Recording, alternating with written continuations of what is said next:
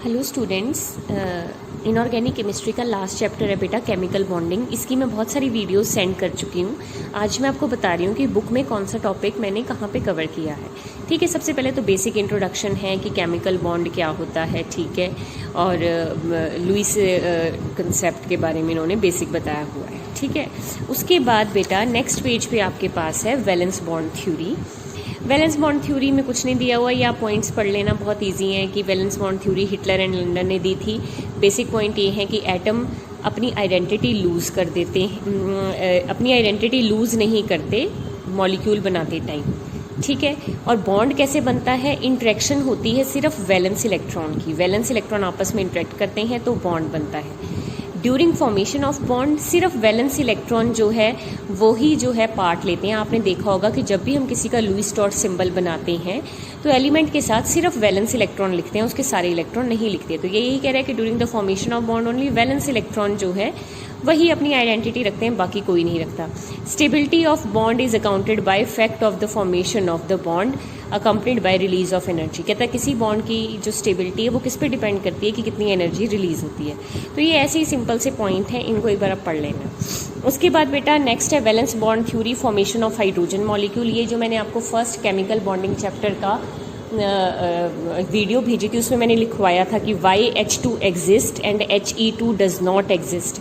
वहीं पे बेटा ये फॉर्मेशन ऑफ हाइड्रोजन मॉलिक्यूल का सारा मैंने डायग्राम से समझाया हुआ है कि हाइड्रोजन क्यों एग्जिस्ट करता है और He2 क्यों एग्जिस्ट नहीं करता। वो उन नोट्स में से आपने पढ़ना है जो मैंने वीडियो ऑलरेडी भेज चुकी हूँ। उसके बाद बेटा ये जो है एक्सचेंज ऑफ इलेक्ट्रॉन्स, ये सब करने की ज़रूरत नहीं, वो He2 does not exist and H2 exist में ही सारा कवर हो जाता है। ठीक है, उसके बाद आगे आ जाता है तो ये सारा करने की ज़रूरत नहीं, वो उसी में पूरा कवर हो जाता है कि H2 एग्जिस्ट क्यों करता है और He2 डज नॉट एग्जिस्ट वाले में। रेजोनेंस एंड रेजोनेंस एनर्जी, ये टॉपिक मैंने करवाना है। रेजोनेंस क्या होता है बेटा? ये आपने +1 में पढ़ा हुआ है। When a molecule can not completely represented by a single structure but its characteristic property are described by two or more different structure, then the true structure is said to be resonance structure of these structure। अगर आपको बेटा +1 का resonance याद हो तो resonance में कहते थे when a single structure is failed to explain all the property of molecule, then we draw a number of structures and the actual structure lies between in these structures। ठीक है, कि अगर एक सिंगल स्ट्रक्चर सारी property explain ना कर पाए तो हम एक से ज़्यादा स्ट्रक्चर ड्रॉ करते हैं और एक्चुअल स्ट्रक्चर उन सभी स्ट्रक्चर्स के बीच में लाई करता है। उस एक्चुअल स्ट्रक्चर को रेजोनेंस स्ट्रक्चर कहते हैं और इस फिनोमिना को रेजोनेंस कहते हैं। ठीक है, जैसे अब हाइड्रोजन होता है H2। ठीक है, हाइड्रोजन मॉलिक्यूल इज H2। एक हाइड्रोजन के पास भी एक इलेक्ट्रॉन, दूसरे के पास भी एक इलेक्ट्रॉन। ठीक है, अब इसके रेजोनेटिंग स्ट्रक्चर हो सकते हैं कि हो सकता है एक हाइड्रोजन अपना इलेक्ट्रॉन दूसरे को दे दे तो इस पे आ जाए पॉजिटिव, इस पे आ जाए नेगेटिव। जिसने दे दिया उसमें पॉजिटिव आ जाएगा, जिसने ले लिया उसमें नेगेटिव आ जाएगा। अब आपको थोड़ी पता कि इसी ने पॉजिटिव दी, इसी ने दिया और इसी ने लिया। हो सकता है उल्टा हो, ये वाला ले रहा हो और ये वाला दे रहा हो। तो हाइड्रोजन के दो रेजोनेटिंग स्ट्रक्चर बन जाएंगे, एक ये और एक ये, और जो एक्चुअल स्ट्रक्चर होगा वो इन दोनों के बीच में लाई करेगा, उसे कहेंगे रेजोनेटिंग स्ट्रक्चर। ठीक है, रेजोनेंस एनर्जी क्या होती है कि जो दोनों स्ट्रक्चर में से मोस्ट स्टेबल स्ट्रक्चर होता है उसके बीच में और रेजोनेटिंग स्ट्रक्चर के बीच में जो एनर्जी डिफरेंस होता है that is called resonance energy. Resonance energy is defined age difference between actual bond energy of the molecule and the most stable resonating structure. देखो ये एक्चुअल स्ट्रक्चर है, ये दो इसके रेजोनेटिंग स्ट्रक्चर हैं, तो इन दोनों में से जो मोस्ट स्टेबल है और जो एक्चुअल स्ट्रक्चर है उनका जो एनर्जी डिफरेंस होगा that is called resonance energy.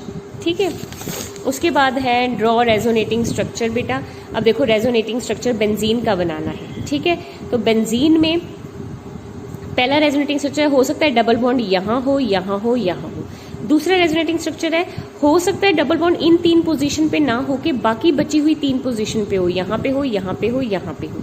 और जो एक्चुअल स्ट्रक्चर है, अब एक्चुअल स्ट्रक्चर ये दोनों तो क्या हो गए बेटा रेजोनेटिंग स्ट्रक्चर, कि हो सकता है डबल बॉन्ड इन 3 पोजीशन पे हो सकता है डबल बॉन्ड इन 3 पोजीशन पे, पर एक्चुअल स्ट्रक्चर में जो डबल बॉन्ड है वो सारी जगह जो है डीलोकेलाइज है।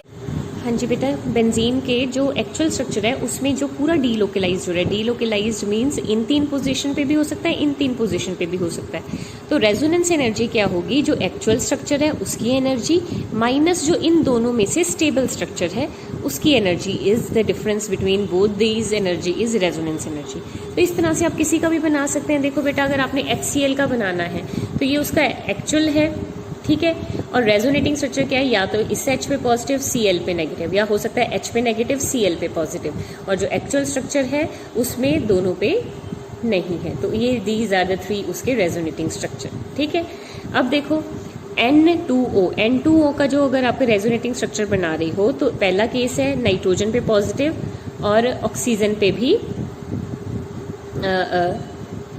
पॉजिटिव बनाए हो। नो, नाइट्रोजन पे पॉजिटिव, इस नाइट्रोजन पे पॉजिटिव, अगर इस नाइट्रोजन पे पॉजिटिव, मेरे ख्याल से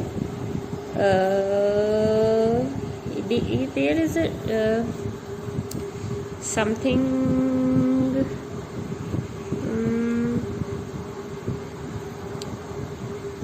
इस पे बेटा नेगेटिव आना है, ये थोड़ी गड़बड़ कर रखी है, ठीक है।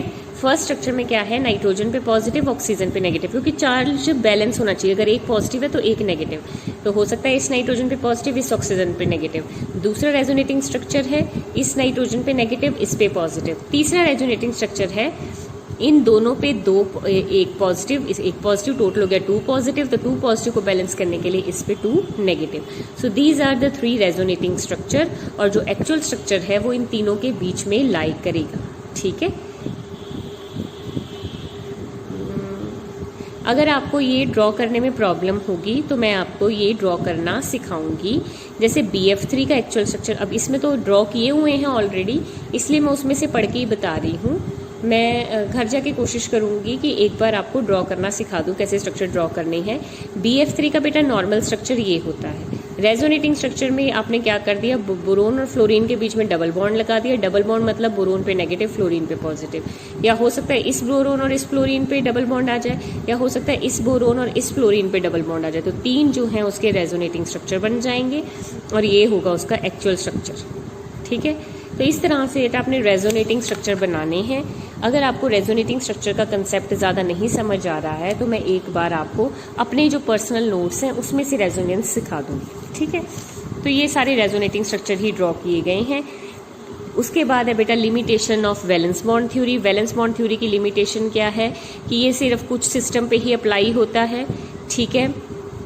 Theory assume that 2 electrons of shared pair constitute the internuclear bond must come from 2 different atoms. Therefore, formation of coordination valency could not be explained by this method. इस थ्योरी से आप ये नहीं बता सकते कि कितने बॉन्ड कितने एटम्स बना रहे हैं।